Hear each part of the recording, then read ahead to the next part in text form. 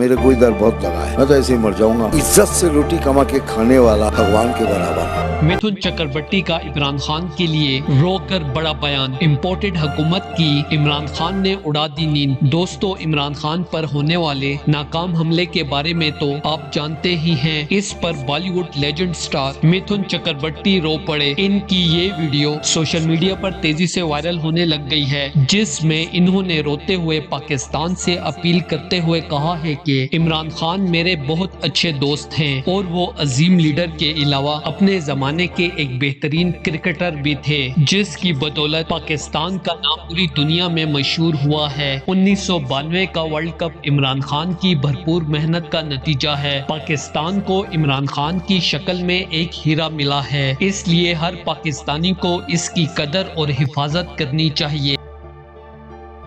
दोस्तों, इस हवाले से अपनी राय का इजहार कमेंट सेक्शन में दें। वीडियो अच्छी लगे तो लाइक करें और इस चैनल को सब्सक्राइब करें।